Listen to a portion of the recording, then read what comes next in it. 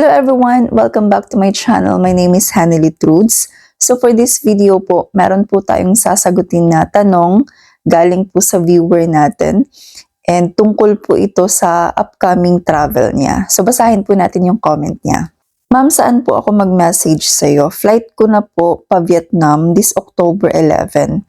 Hindi ko po alam gagawin ko kasi baka ma-offload lang ako. Best friend ko po kasi mag-sponsor sa akin. Nabili na niya po ako ng ticket saka return. Nakabook na po lahat, hotels namin, destinations at tour, saka mga sleeper bus. Problem ko ma'am, taga-Australia po siya. Married sa isang Australian at nurse po siya doon. Sabi niya po gagawan niya ako ng AOS or Affidavit of Support doon. Pwede po ba yun kahit hindi ako kamag-anak? Gagawa siya ng AOS sa Australia, i-indicate niya na sponsor niya lahat sa akin, even foods for our travel to Vietnam po ma'am. Tapos papadalhan niya din po daw ako ng copy ng visa niya, passport, bank statement, marriage contract, tsaka itinerary. Hindi ko po talaga alam yung gagawin ma'am, baka sayang lang pamasahe ko sa airport. Ako naman po is my work dito as dental assistant. Ma-provide ko lang naman is dental ID, leave form, saka po certificate of employment. Wala po issue na payslip ma'am. Please help me po. Di ko po alam kung tutuloy pa ba ako or hindi na po. Salamat po. Sana mapansin. So napakagandang tanong at concern at alam ko maraming the same na situation dito sa viewer po natin. So, susubukan ko po itong bigyan ng detailed na sagot dito po sa tanong at concern nyo. And sana ay mapanood nyo po itong video para mas maging handa kayo sa upcoming travel nyo. So, dito po sa question nyo kung pwede bang mag-sponsor ang best friend mo or pwede ba na siya yung mag-provide ng affidavit of support and guarantee kasi nga hindi siya kamag-anak, di ba? And isa pa, meron din akong mga na-share na videos about sa iba nating kababayan na na-offload dahil nga friend ang sponsor. So, bali po sa Philippine Immigration ay case by case basis. Magdedepende po talaga ito sa case nyo, sa situation nyo. So, kung meron pong mga na-offload na dahil friend lang ang sponsor, meron din pong mga nakaalis. And disclaimer lang po talaga, hindi po ako immigration officer, hindi po ako nagtatrabaho sa mga agency or government agency sa Philippines or kahit saang bansa man. Ako po ay nag-share lang po ng personal experiences and experiences ng mga clients ko and ng mga viewers ko. So, hindi ko masasabi kung hindi ba siya talagang pwede na mag-sponsor ang friend or best friend or hindi ka mag-anak kasi marami nang nakaalis din at marami na din ang na-offload.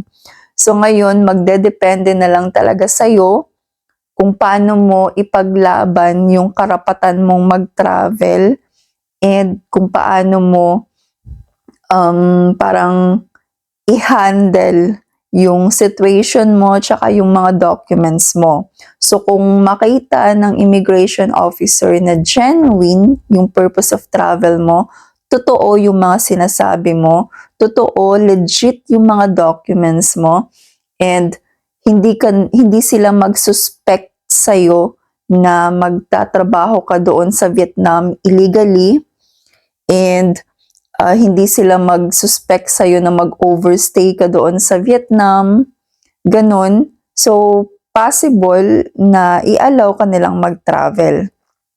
Kasi yun naman yung tinitingnan talaga ng immigration officer sa Philippines.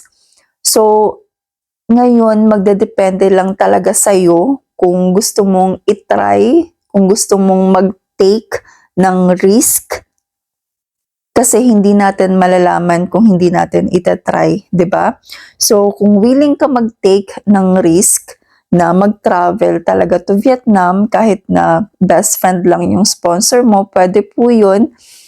And kailangan maging over-prepared ka kung gusto mong itry para hindi ka magsisisi sa huli kasi ginawa mo ang lahat. Parang kinumply mo naman lahat ng kaya mong i-comply, kaya mong i-provide ng mga documents. So kung hindi pa rin yun siya, hindi ka pa rin i-allow ng immigration, that means hindi talaga yun siya para sa'yo. So, ngayon, gusto kong i-share sa'yo kung ano ba yung mga documents na dapat mong i-prepare para at least, ayun nga, hindi ka magsisi dahil na-provide mo naman lahat talaga ng kaya mong i-provide na documents. So, sa case mo, dahil ikaw ay employed, meron kang trabaho sa Philippines, kasi for sure, kapag tayo po ay magta-travel outside the Philippines, possible na tatanungin talaga ng immigration kung ano yung work natin sa Philippines, ano yung parang kung meron ba tayong work, ano yung source of income. Possible po talaga yun siyang itanong. So ngayon, kapag tinanong ka kung ano yung work mo sa Philippines, so syempre sasagutin mo sila na dental assistant ka. So kapag ganun, possible na maghahanap sila ng proof na talagang meron kang work sa Philippines. So ang i-prepare mo ay yung certificate of employment, and then approved leave of absence, yung ID mo, pwede din po yun. And then ngayon, sabi mo dito wala kang payslip na maipakita. So kapag hinanapan ka ng payslip, sagutin mo lang din kung bakit wala kang payslip. Yung totoo, kung bakit ka walang payslip. So for example, cash to cash, yung yung salary mo. So yun lang din yung isasagot mo. Depende kung ano yung reason kung bakit wala kang payslip. So ngayon, dapat sa certificate of employment mo ay nakalagay doon yung salary mo para meron silang idea kung magkano yung salary mo monthly. And then, so kahit na sponsored yung travel mo, mag-provide ka pa rin ng financial means. Yung bank statements, i-prepare mo pa rin, yung bank certificate mo, and kung meron kang credit card, so mag-provide ka ng credit card statements kasi makakatulong po yun to prove na meron kang sariling pera para sa travel mo.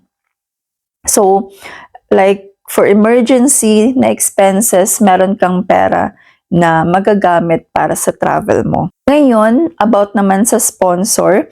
So, dahil meron kang sponsor, tama po yung mga na-mention mo po na mga documents na i-provide. Pwede nyo po talaga yun siyang i-prepare, yung affidavit of support and guarantee na galing sa sponsor. Make sure na authenticated po ito sa Philippine Consulate doon sa Australia kasi yun po talaga yung hinahanap ng immigration sa Philippines. Kailangan authenticated po talaga ito. So kung tatanungin mo ako, what if hindi authenticated ang affidavit of support and guarantee? Tatanggapin ba ito? So actually maraming mga nagtatanong nito sa akin. Again, sa mga makikita nyo po sa videos ko about sa mga na-offload, yung mga hinahanap, yung nakalagay po sa slip na galing sa immigration officer, nakalagay po doon authenticated na affidavit of support and guarantee sa Philippine Consulate doon po sa bansa kung nasaan man ang sponsor. So, dapat authenticated po talaga ito. Kung gusto niyo na maging successful yung travel niyo, make sure na authenticated yung affidavit of support and guarantee. And dapat original kasi original din po ang nakalagay doon sa slip na binibigay ng immigration officer kapag may na-offload. Authenticated and original copy po ang kailangan nila. And then, mas okay na meron ka ding invitation letter na galing sa best friend mo kung saan nandun naka-indicate about your friendship, na mag-best friend kayo, and na kung saan ka mag-i-stay sa Vietnam, yung reason kung bakit kanya ini-invite papuntang Vietnam, yung reason ng tour nyo, saan kayo yung mga activities na gagawin nyo sa Vietnam, pwede ding ilagay doon sa invitation letter, and yung personal details ng sponsor mo, and then pirma niya.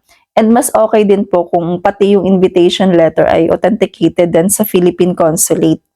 So yung mga na-mention mo na mga visa copy, marriage certificate, yung itinerary, so tama po yun na i-provide mo po yun. And then of course, yung mga accommodation nyo, saan kayo mag-i-stay, yung hotel booking, yung mga tickets. So maganda po yun na ma-provide nyo din to prove na legit yung travel nyo. And then, magdagdag ka po ng proof of relationship na mag-best friend kayo. So, pictures together, pwede po yun. And chat conversation, possible po maghanap ng chat conversation ang immigration. Possible po nilang i-check yung chat conversation mo with your best friend. So, ihanda mo po yun. So, ayun nga, kapag nakita po ng immigration officer na genuine, totoo yung mga sinabi mo, nagkatugma-tugma yung mga sagot mo doon sa mga documents na pinapakita mo, makikita nila na legit lahat, legit yung purpose, yung mga documents, so possible kang i-allow ng immigration. So, kahit na makumpleto mo yung mga requirements mo, ang desisyon ng immigration officer ay magdedepende sa'yo talaga. Magdedepende kung paano mo sagutin yung mga questions nila. Ayun nga, kung paano mo ipaglaban ang karapatan mo. Nakadepende sa'yo lahat.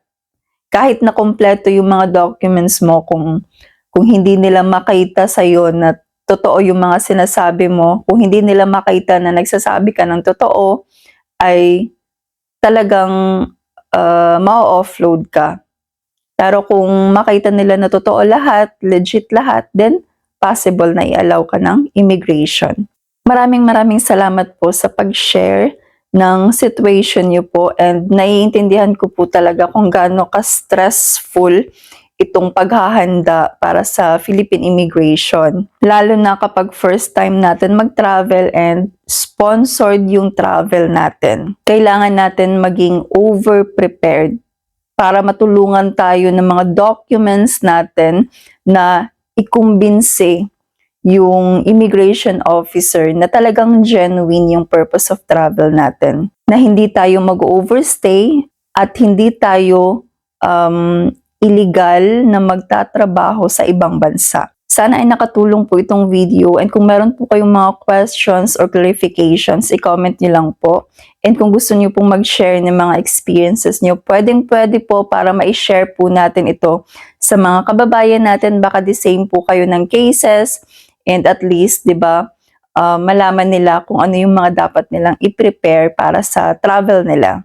Siyempre, huwag niyo pong kalimutang mag-subscribe, mag-like, and i-share niyo po itong video. Thank you po for watching. Bye-bye!